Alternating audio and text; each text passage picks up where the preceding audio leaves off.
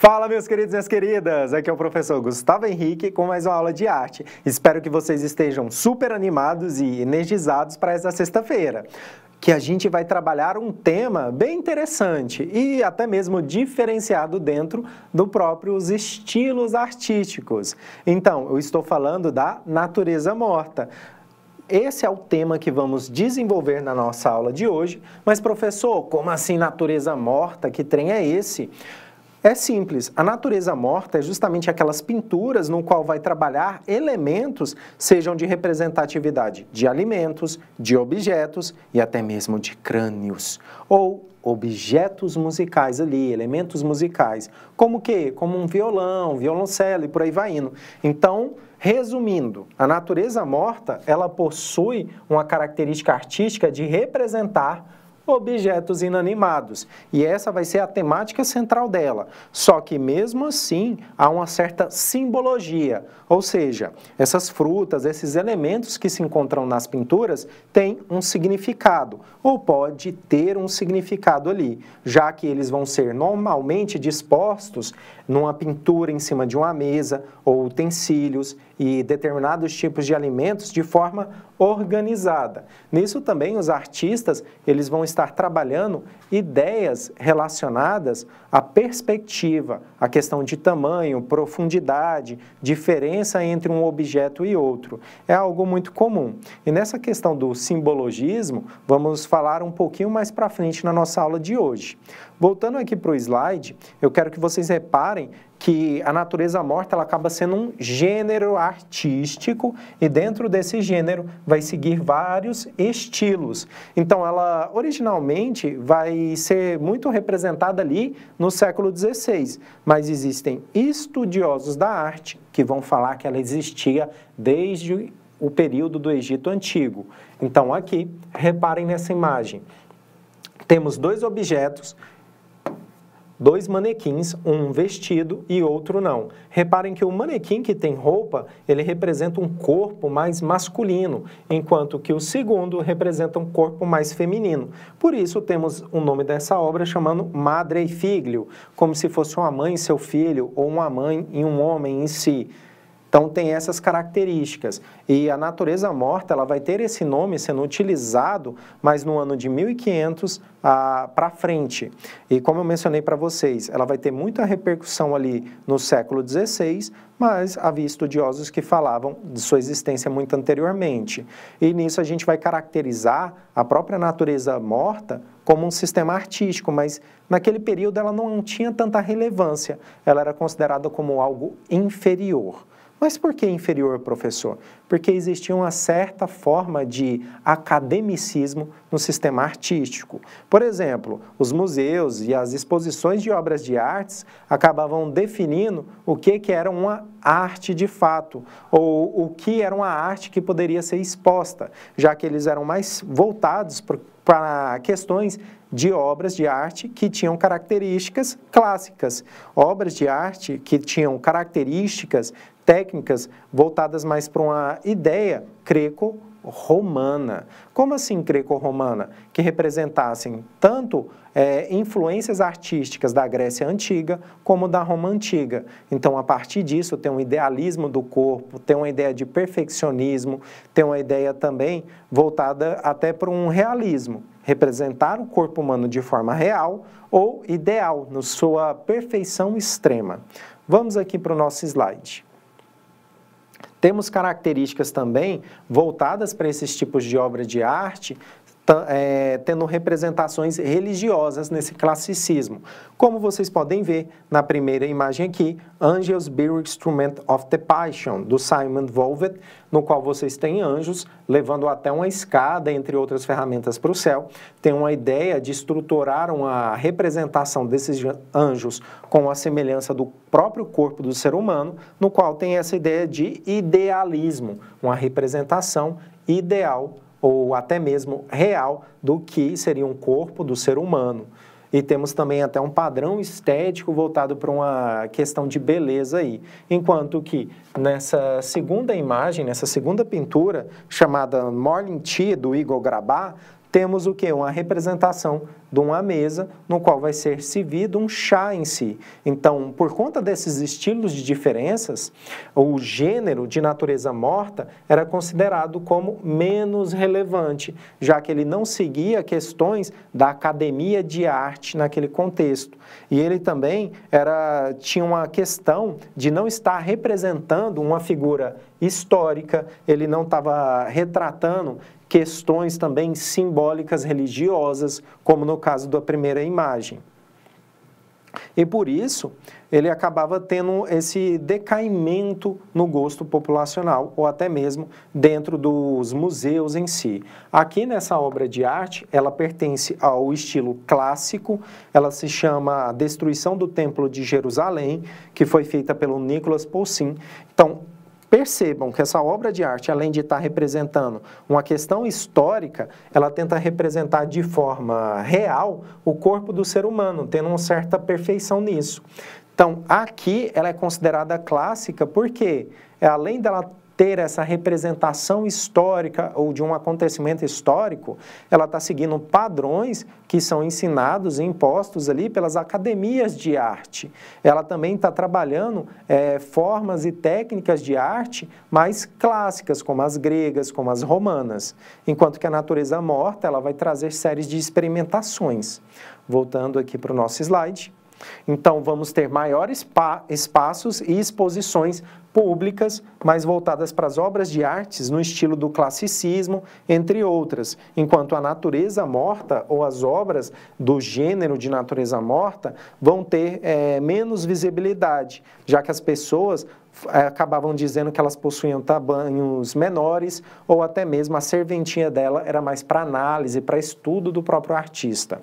E esse gênero de natureza morta vai acabar sendo associado em vários estilos artísticos de vários períodos, como, por exemplo, o próprio cubismo, que é essa obra que está aparecendo para vocês, que é da data de 1917, que ela se chama Natureza La Muerta, da Maria Blachand. Então, apesar da crítica existente em cima desse gênero artístico, ela não é monótona. Por quê? Ela tem um simbolismo por trás disso. Ela vai trazer uma diversidade de arranjos, de composições, do ambiente. Vamos ter características também voltadas para essas obras de arte no estudo de luz e sombra. E, como eu mencionei anteriormente, existe o simbolismo. Esse simbolismo que vai estar associado tanto a questões da Reforma Protestante e da Contra-Reforma. E esse simbolismo vai ter variações entre os países europeus mais voltados para o norte e para o sul. Voltando aqui. Então, como eu falei anteriormente, a gente tem obras de artes antigas, datadas desde o período do Egito, que representam um gênero de natureza morta, como essa daqui que se encontra.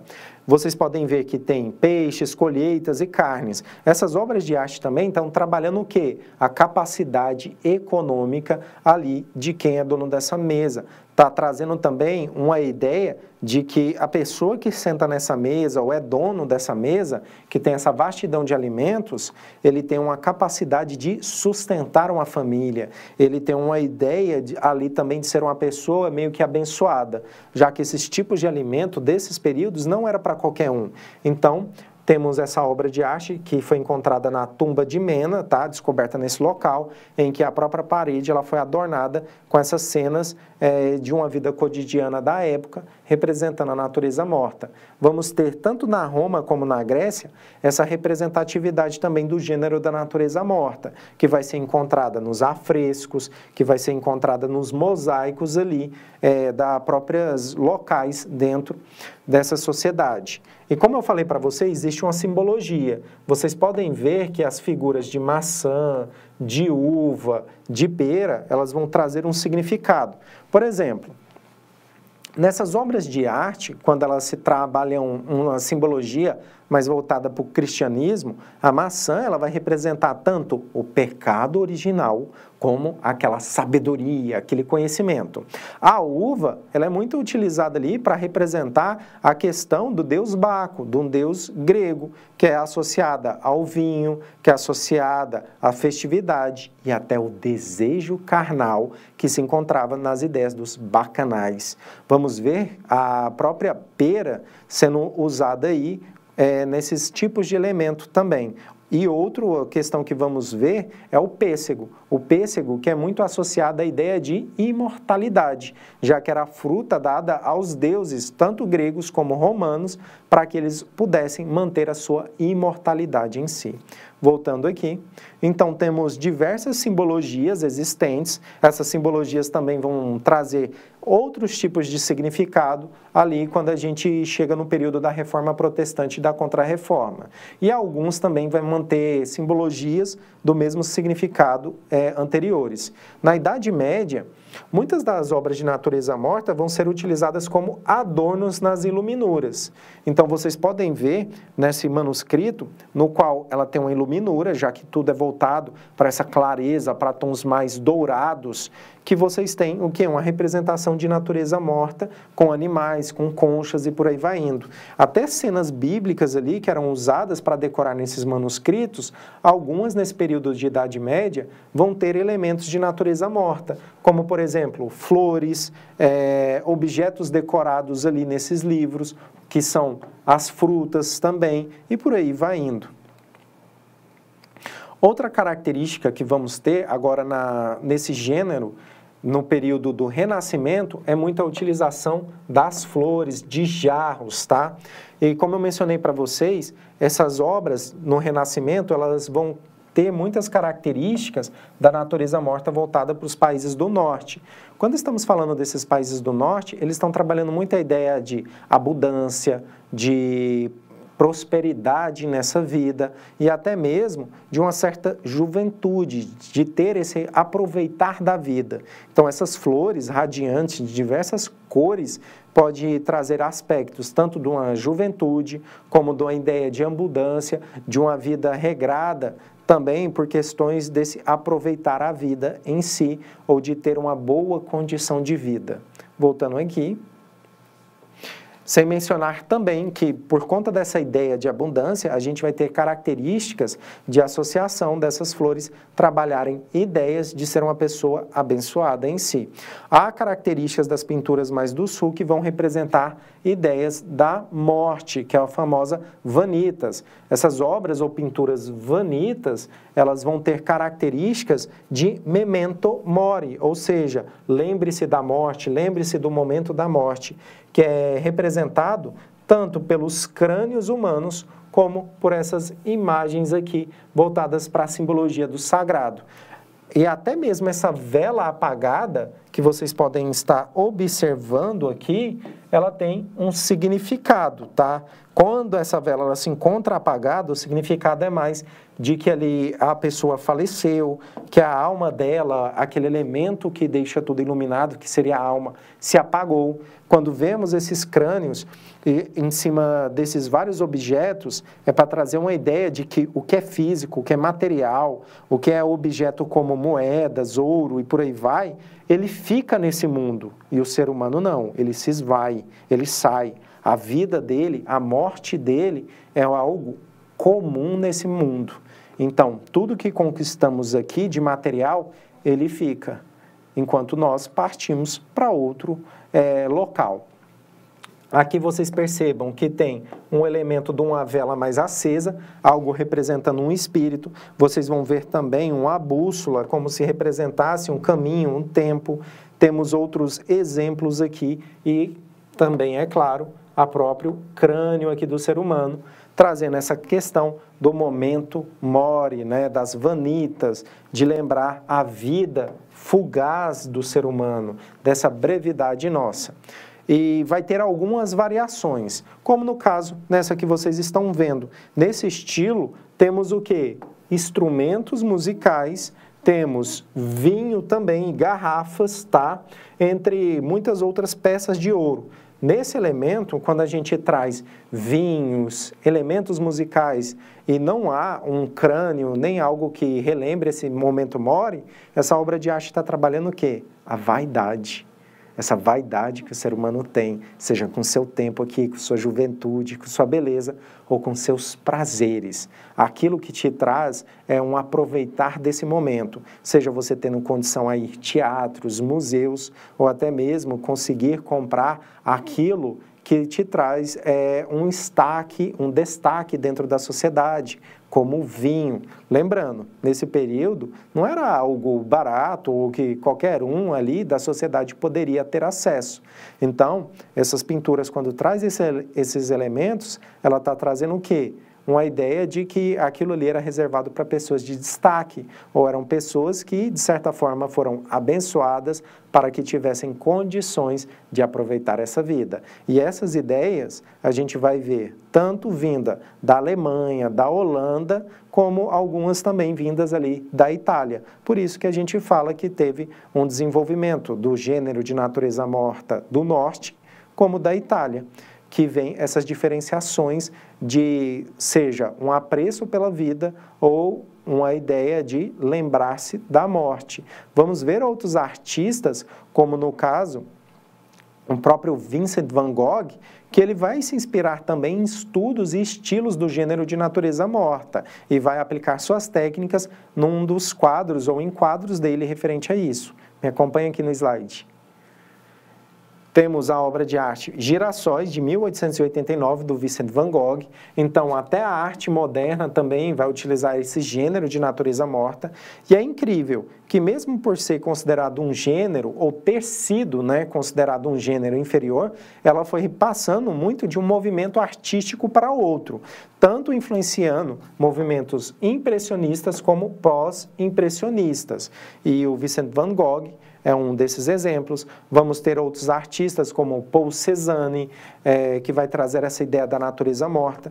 Aqui vocês devem perceber nessa imagem tanto a mesa que se encontra tombada com as frutas, que ela se chama Basket of Apple, ou a cesta de maçãs.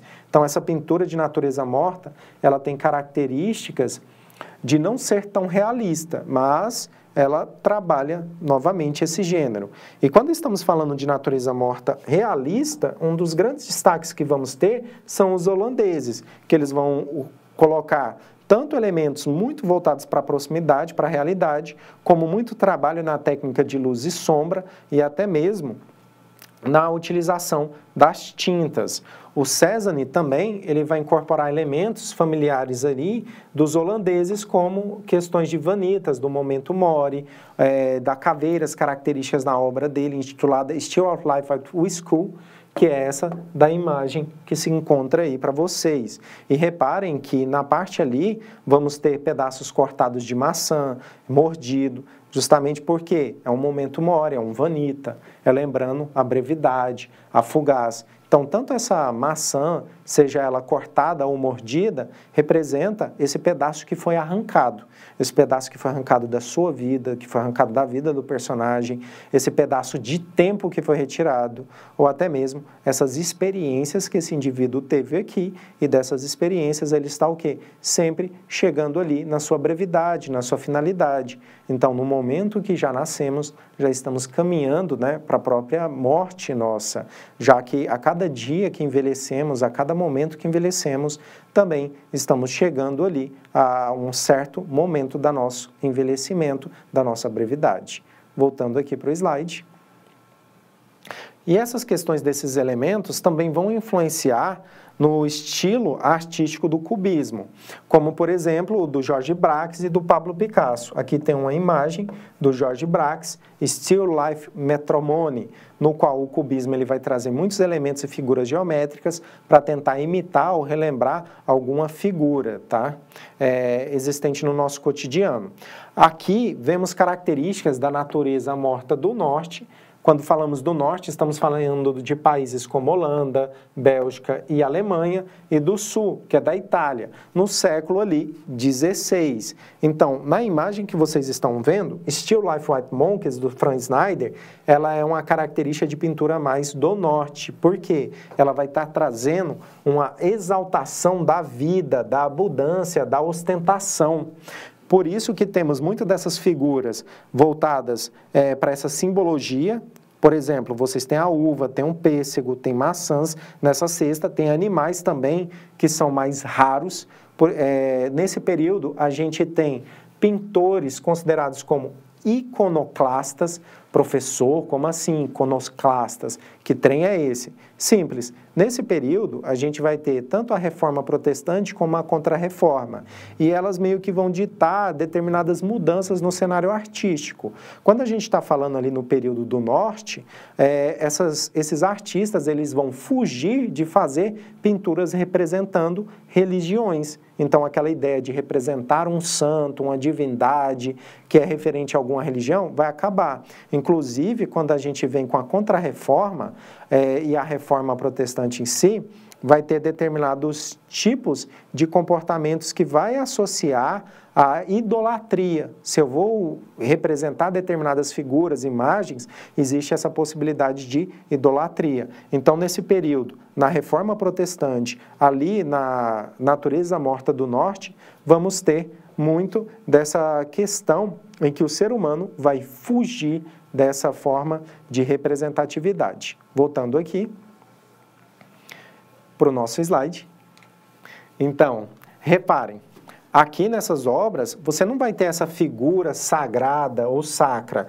Temos, sim, símbolos que podem trazer uma nuance, mas não é uma das características da natureza morta do norte em si. Enquanto que a natureza morta do sul, vamos ter sempre algo que lembre a presença da morte, o resgate dos valores devido à contra-reforma, esses valores sejam de comportamentos morais em si, e também nas obras do norte, onde a gente vai ter, nas obras de natureza morta do sul, são onde nós vamos ter muita ideia da presença da morte, do resgate de valores e que vai ser influenciado muito pela contra-reforma, tá? Então, aqui é comum, na natureza morta do sul, temos muitas ideias associadas à brevidade da vida, daquele momento mori. Então, percebam que nesse primeiro quadro aqui, nós temos uma representação de natureza morta do norte, no qual tem a vida em abundância, tem a ideia de que essa mesa farta, cheia dessa diversidade de comida, representa uma pessoa também, que ela teve um sucesso, que ela tem essa vida em abundância, porque ela foi abençoada e por aí vai indo. Enquanto que na segunda imagem, na segunda pintura, ela representa mais características da natureza morta do sul. Por quê? Reparem que aqui nós temos folhas morrendo, secas, tá? Olha a ideia dessas folhas secando. Temos aqui também uma maçã no qual ela já está cheia de buraquinho de bicho. Temos uvas aqui também que elas estão meio que perecendo. Então, tudo isso aqui é para trazer a ideia da própria brevidade da vida, que tudo que é relacionado ao material está sujeito a ser perene. Então, temos no primeiro quadro, Natureza Morta de Pierre Classe, e no segundo quadro, ou segunda imagem, Canestra de Fruta, do Caravaggio. Também temos muita influência dessas questões do gênero da natureza morta voltada para a nossa atualidade. Por exemplo, percebam essa imagem aqui, retirada do Instagram, do Rogério Neves Foto. Temos toda uma característica de natureza morta nessas obras de arte e essa diversidade das cores. Então, hoje, muitas dessas questões da própria natureza morta, ela sobrevive nesse gênero artístico hoje pela fotografia. Não só pela fotografia, mas pela pintura também. Mas nós mesmos temos a capacidade de fazer isso. Inclusive, é comum, quando vocês vão nas redes sociais, verem pessoas tirando foto do prato de comida, ou do ambiente em que ela se encontra, ou da localização ali em que as mesas, ou o próprio ambiente se encontra em si. Então, isso vem de características do quê? Da própria natureza morta. Voltando aqui. É comum a gente ver muitas dessas fotografias representando cenários. Tem uma outra que foi retirada do Instagram do @ojulianourbano, no qual vocês vão perceber que ela está demonstrando o quê? Uma estrutura e organização geográfica e espacial de um local. Percebam que aqui não tem a figura humana, mas sim o quê? A presença do objeto material em si. E isso também traz essas características de natureza morta na fotografia, só que com questões e temas mais contemporâneos. E nesses temas contemporâneos é comum a gente ver ideia de hiperrealismo, como, por exemplo, nas próprias obras do Tjalf Sparnay, que ele faz esses tipos de quadro hiperrealistas. Tá vendo esse quadro atrás dele? É uma pintura e não uma fotografia. Por isso que chamamos de hiperrealismo em si. Meus queridos, minhas queridas, eu vou indicar também para vocês esse link desse vídeo, Natureza Mortas e os seus símbolos, do canal Arte para Você, no qual vem umas explicações de curiosidades e significados de alguns símbolos. Agora nós vamos para o nosso momento de atividade.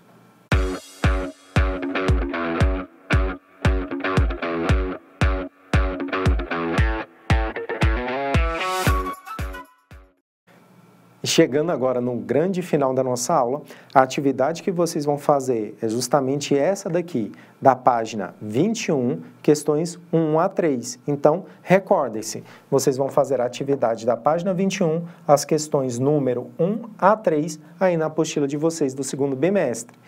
Então, eu termino por aqui, mas vocês vão dar continuidade fazendo a atividade. Tchau, tchau e até a próxima!